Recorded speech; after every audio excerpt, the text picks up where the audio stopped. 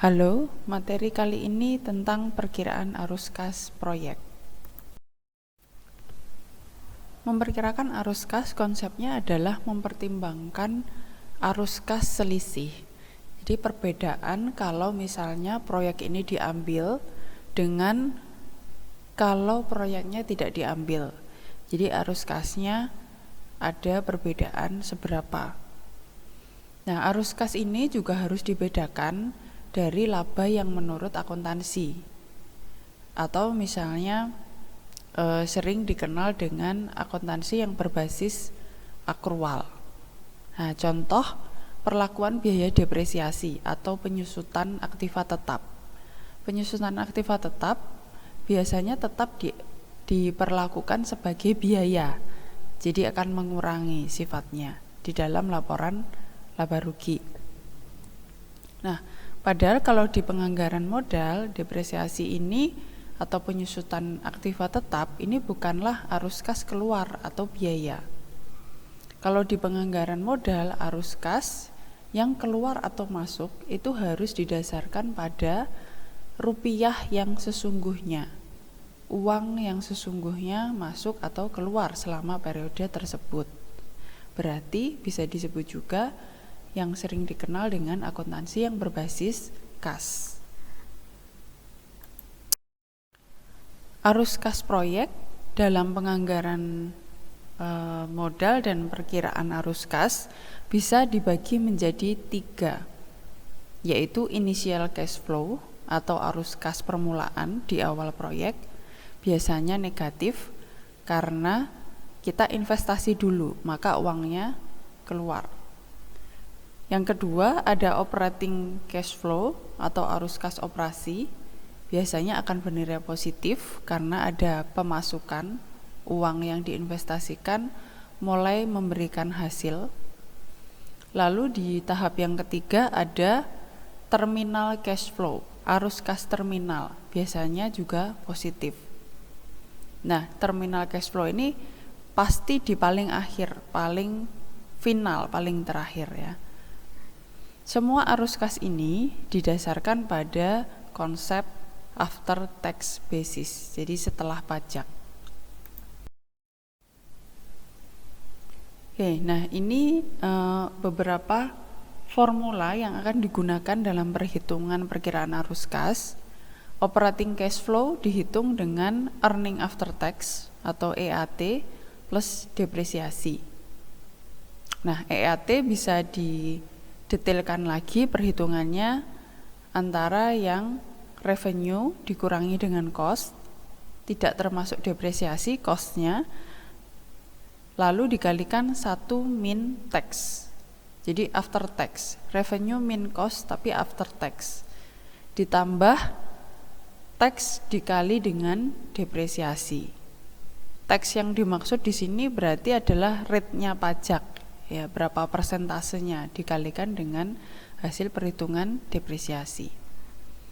Net working capital atau modal kerja bersih bisa dihitung dengan mengurangkan aktiva lancar dengan hutang lancar.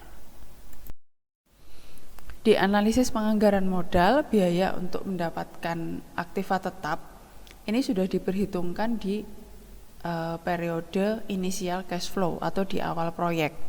Jadi earning after tax ini harus ditambah dengan biaya depresiasi atau penyusutan. Nah, di perhitungan arus kas ini unsur biaya bunga juga tidak dimasukkan. Ya, biaya bunga ini sudah diperhitungkan dalam biaya modal proyek. Nah, memperkirakan arus kas operasi dari proyek digunakan asumsi bahwa proyek ini dibiayai 100% menggunakan modal sendiri. Ada istilah yang namanya sunk cost atau biaya tertanam. Jadi sunk cost ini merupakan pengeluaran yang terjadi di masa lalu dan tidak bisa dipulihkan di masa depan. Terlepas apakah proyek ini dipertimbangkan diterima atau tidak. Ya, jadi kita fokusnya ke arus kas inkremental di masa mendatang. Kita ingin tahu apakah investasi di proyek baru ini akan menghasilkan arus kas incremental yang cukup untuk bisnis yang akan dijalankan. Nah, arus kas incremental ini maksudnya adalah arus kas yang dia akan terjadi kalau perusahaan melaksanakan satu proyek. Jadi sang kos ini tidak akan memberikan dampak apapun karena dia biaya yang udah terjadi di masa lampau. Berikut salah satu metode depresiasi atau penyusutan aktiva tetap MICRS. Metode ini sifatnya mempercepat, yaitu dengan menghitung penyusutan memungkinkan penghapusan penyusutan yang lebih besar di tahun-tahun awal masa manfaat aset. Biasanya untuk kendaraan, peralatan seperti komputer, mesin-mesin di kantor, itu dia 5 tahun. Namun kalau perabotan dan perlengkapan bisa 7 tahun. Lalu kalau berkaitan dengan lahan, tanah, perbaikan penyewa 15 tahun, properti sewa, residensial bisa 27,5 tahun, bangunan komersial lainnya bisa 39 tahun. Berikut untuk menghitung metode depresiasi dengan MICRS, kita tinggal mengikuti tarif penyusutan atau rate penyusutan berdasarkan tabel yang sudah tersedia. Tinggal kita sesuaikan saja usia ekonomis atau masa manfaat asetnya berapa tahun, lalu kita tinggal mendepresiasi berdasarkan rate di tahun pertama, kedua, dan seterusnya. Terlihat di sini pada tahun pertama selalu menggunakan rate yang paling besar. Kemudian diikuti yang kedua juga masih besar angkanya supaya bisa terdepresiasi dengan cepat. Berikut analisis arus kas proyek baru.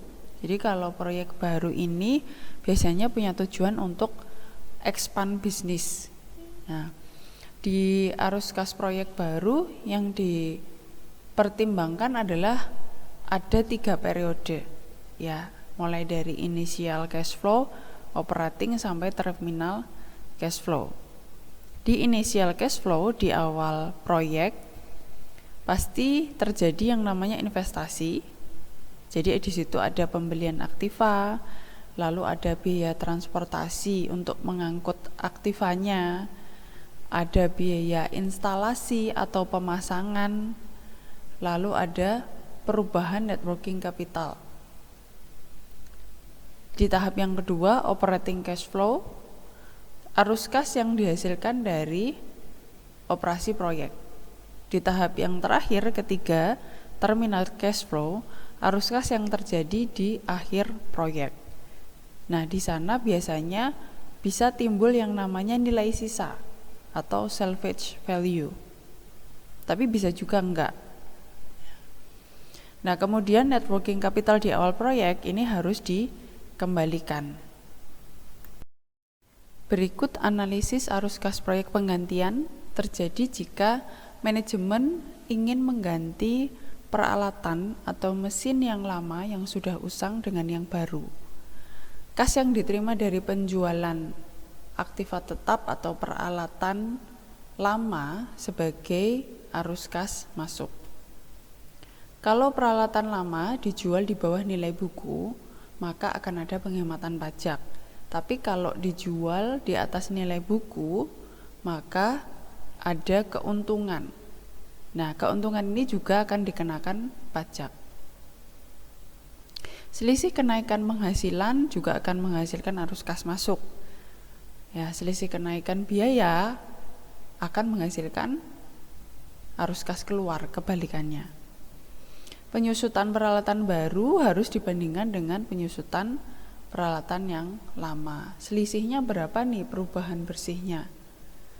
Nah, tiap nilai sisa peralatan lama harus dimasukkan sebagai arus kas keluar di akhir usia proyek atau di periode terminal cash flow.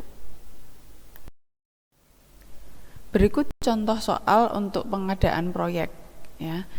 Di sini diketahui ada total biaya yang dikeluarkan, yaitu ada equipment atau peralatan ya 200.000, lalu ada shipping atau biaya transportasi 10.000, ada installation atau biaya instalasi, biaya pemasangan 30.000. Perubahan net working capital di sini ada inventory yang naik dan juga utang lancar yang naik. Dampak pada operasional ada penjualan baru 100.000 unit per tahun dengan harga per unit $2. Biaya variabel 60% dari penjualan. Keterangan berikutnya, usia proyek, usia ekonomisnya 4 tahun, depresiasinya menggunakan metode MACRS 3 tahun, nilai sisa atau salvage value-nya 25.000, lalu tarif pajak 40% dan biaya modal 10%. Oke, menentukan nilai proyek A. Menghitung arus kas yang relevan dulu. Nah, di sini disajikan timeline untuk menyelesaikan perkiraan arus kas proyek. Ingat di awal bahwa ada 3 fase ya, 3 periode. Ada initial, kemudian ada operating, dan yang terakhir ada terminal. Di awal, di bagian tengah operasionalnya, lalu di bagian akhir proyek terminal. Nah, yang dilakukan adalah menghitung arus kas operasional tahunan. Lalu kita juga akan mengidentifikasi perubahan modal kerja, dan yang terakhir menghitung arus kas terminal. Oke, nah di awal kita hitung dulu initial cash flow-nya. Diketahui inventory atau persediaan meningkat 25.000, lalu ada utang lancar meningkat 5.000. Maka kalau dihitung net operating working capital-nya, utang lancar ini akan mengurangi inventory atau persediaan. Jadi net operating working capital-nya 20.000. Berdasarkan informasi yang di awal. Oke. Lalu kita hitung arus kas bersihnya di awal proyek. Ada equipment atau peralatan seharga 200.000. Lalu ada biaya pengiriman, instalasi. Biaya pengiriman dan instalasi ini kalau digabungkan akan ketemu ini 40.000. Net operating working capital yang sudah kita hitung di atas kita masukkan ke sini. Nah, semuanya dijumlahkan maka ketemu arus kas bersihnya di awal 260.000. Oke, berikutnya kita menghitung biaya penyusutan untuk per tahunnya. Informasi yang ada di awal, metode penyusutan menggunakan MACRS 3 tahun levelnya. Lalu usia ekonomis dari proyek adalah 4 tahun, maka kita dapatkan rate tahun pertama sampai tahun keempat adalah ini. Nah, ini yang kita pakai untuk menghitung penyusutan. Oke, rate ini kita kalikan dengan nilainya, basisnya $240. Ingat bahwa nilai arus kas di awal proyek initial cash flow tadi $260.000, bukan itu yang dipakai, tapi nilai 240.000 itu kita keluarkan dulu net operating working capitalnya. Jadi yang dipakai betul-betul angka dari harga dari atau nilai dari proyek plus instalasi plus biaya transportasi, itu saja biaya yang berkaitan dengan proyek tersebut. Nah, setelah dikalikan, maka akan dihasilkan nilai depresiasi atau penyusutan per tahun. Berikut arus kas operasional per tahunnya. Setelah kita hitung komponen initial cash flow, lalu komponen biaya penyusutan, maka kita bisa menyusun arus kas operasional per tahun. Revenue atau pendapatan di sini sesuai dengan informasi $200.000. Lalu biaya variabel tadi informasinya adalah 60% dari penjualan. Lalu penyusutan sudah kita hitung ini untuk setiap tahun. Nah, kemudian tinggal dikurangkan saja, pendapatan dikurangi dengan biaya-biaya, kita dapatkan operating income, dikurangi dengan tax 40%. Oke, kita dapatkan operating income after tax. Lalu penyusutan ini jangan lupa dijumlahkan kembali. Kita masukkan kembali di sini. Nah, maka diperoleh arus kas operasi untuk setiap tahun. Di tahap yang terakhir, yaitu terminal cash flow, kita hitung pengembalian net operating working capital-nya sesuai dengan informasi 20.000 yang sudah kita hitung di awal, lalu nilai sisa 25.000 dan pajaknya 40%, ya, 40% dari nilai sisa dari ini. Kita dapatkan 10.000. Oke, semuanya dijumlahkan, kita peroleh terminal cash flow-nya 35.000.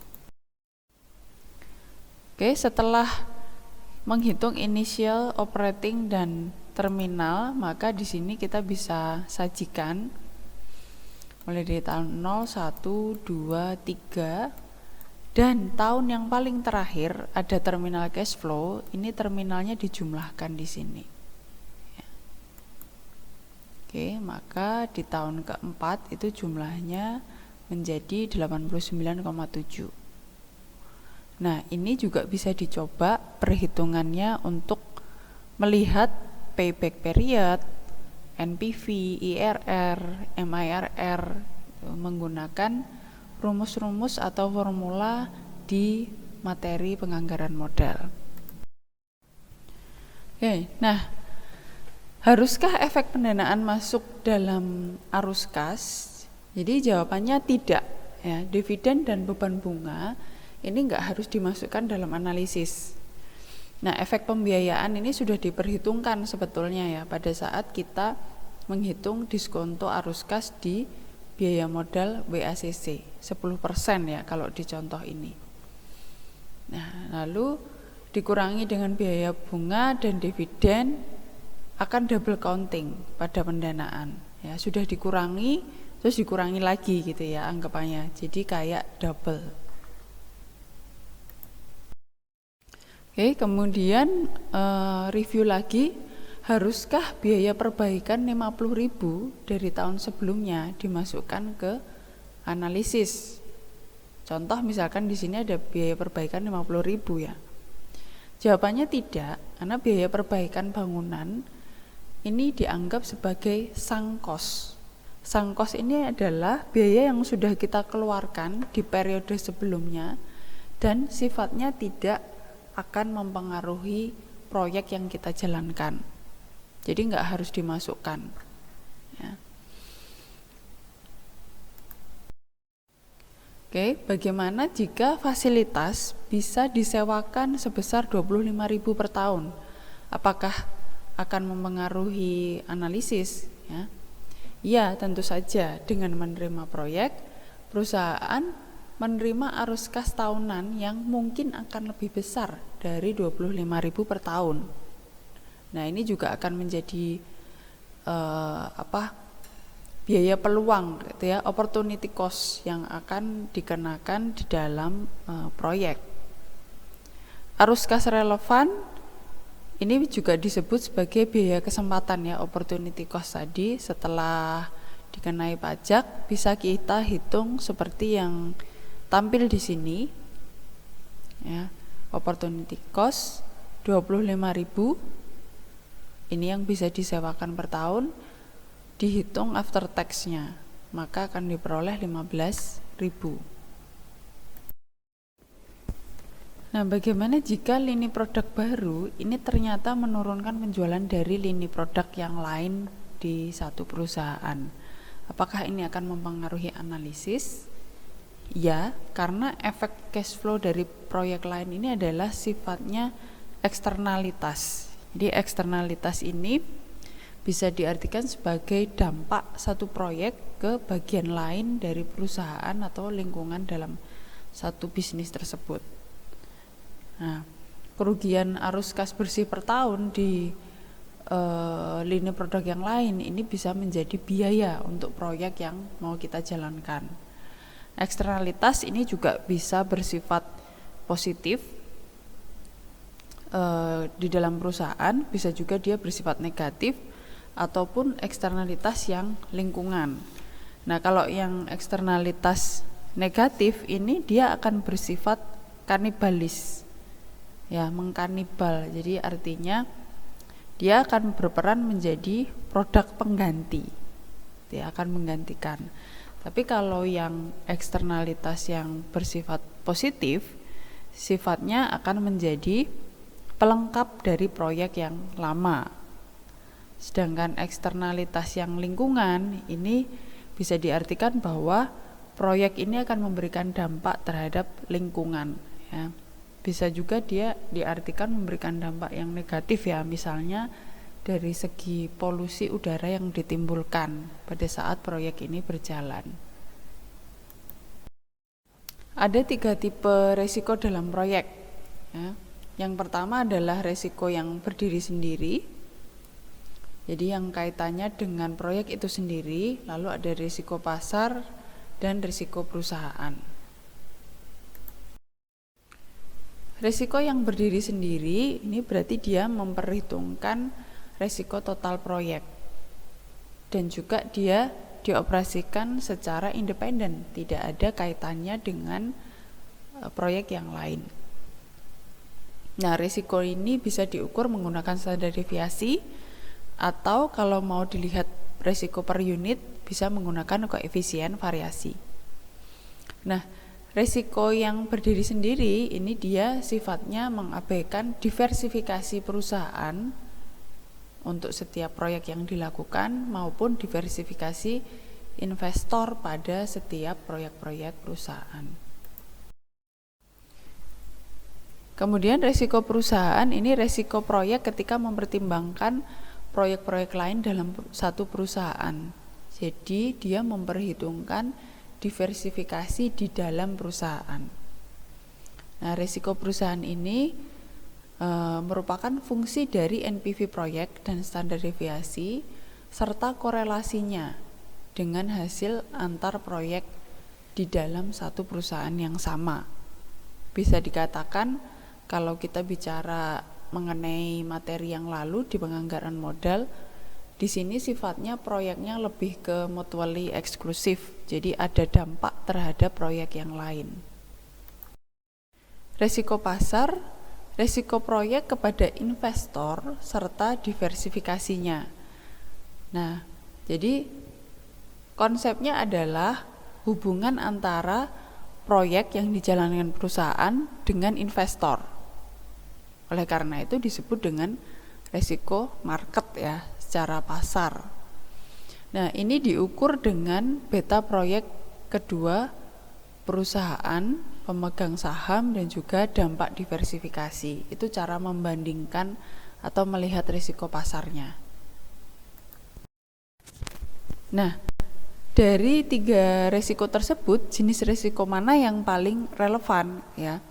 Yang paling relevan adalah risiko pasar, market. Risiko yang paling relevan untuk proyek-proyek modal, karena tujuan utama dari pihak manajemen ini pasti untuk memaksimalkan kekayaan dari pemegang saham. Nah, tapi juga karena risiko total ini mempengaruhi pihak internal dari perusahaan, jadi nggak bisa juga sebetulnya benar-benar diabaikan. Tetap ada pengaruh dari internal perusahaan. Risiko mana yang paling mudah diukur dari ketiga jenis risiko tersebut? Risiko yang stand alone, berdiri sendiri, ini yang paling mudah diukur. Nah, perusahaan seringkali fokus pada risiko satu proyek itu sendiri ketika membuat keputusan penganggaran modal. Nah, padahal sebetulnya itu juga nggak sepenuhnya benar gitu ya, karena pasti ada faktor-faktor lain yang akan mempengaruhi maupun terdampak dari proyek tersebut. Nah kemudian ada yang namanya analisis sensitivitas. Analisis ini mengukur pengaruh perubahan variabel pada proyek NPV. Nah, untuk melakukan analisis ini, semua nilai variabel dianggap tetap kecuali variabel yang kita lihat dia memang punya potensi untuk berfluktuasi dan kita biarkan dia untuk terlihat fluktuasinya. Analisis sensitivitas ini punya kelebihan dan kekurangan ya. Kelebihannya dia bisa mengidentifikasi variabel yang mungkin punya dampak potensi paling besar di profitabilitas dan juga memungkinkan pihak manajemen ini bisa fokus di satu atau dua variabel tersebut. Tapi kekurangannya adalah tidak bisa mencerminkan dampak dari diversifikasi. Nah, dia juga tidak memasukkan informasi-informasi penting atau krusial lainnya tentang adanya kemungkinan kesalahan dalam memberikan estimasi. Ya, informasi yang berkaitan dengan estimasi atau kemungkinan-kemungkinan. Oke, untuk pemilihan proyek dan pelaksanaannya kita bisa juga menggunakan analisis skenario. Nah, skenario ini bisa diasumsikan skenario yang baik maupun skenario yang buruk. Nah, misal di sini kalau kita berasumsi akan ada inflasi sekitar 5%, apakah NPV-nya akan bias ya? Menggunakan contoh soal yang sama. Nah, iya, inflasi bisa menyebabkan tingkat diskonto yang akan merevisi menjadi naik ya nilai NPV-nya. Oleh karena itu, inflasi bisa menciptakan bias. Nah, inflasi ini harus dibangun dari perkiraan arus kas. Ini menggunakan contoh soal yang di awal, kita akan coba hitung kalau inflasinya 5%. Oke, jika terjadi inflasi yang diharapkan sebesar 5%, maka itu juga akan mempengaruhi nilai revenue. Ya, ini juga akan terpengaruh. Nilai revenue yang di atas ini mengalami kenaikan 5%. Nah, ini tentunya juga akan mempengaruhi keseluruhan ya, sampai nilai arus kas bersih dari operasi. Berdasarkan asumsi inflasi 5%, kita bisa tampilkan timeline di sini. Untuk di akhir proyek ternyata nilainya akan mengalami peningkatan. Oke, ternyata dari inflasi 5% tersebut juga akan mempengaruhi arus kas dari sebuah proyek. Nah, kita juga bisa mencoba menghitung analisis kelayakan proyek yang akan diterima menggunakan metode-metode dalam penganggaran modal seperti NPV, ERR. Kita juga bisa hitung gitu ya, dan ternyata memang terlihat ada perubahan. Oke. Baik, itu penjelasan dari materi perkiraan arus kas. Selamat mencoba latihan soal yang diberikan.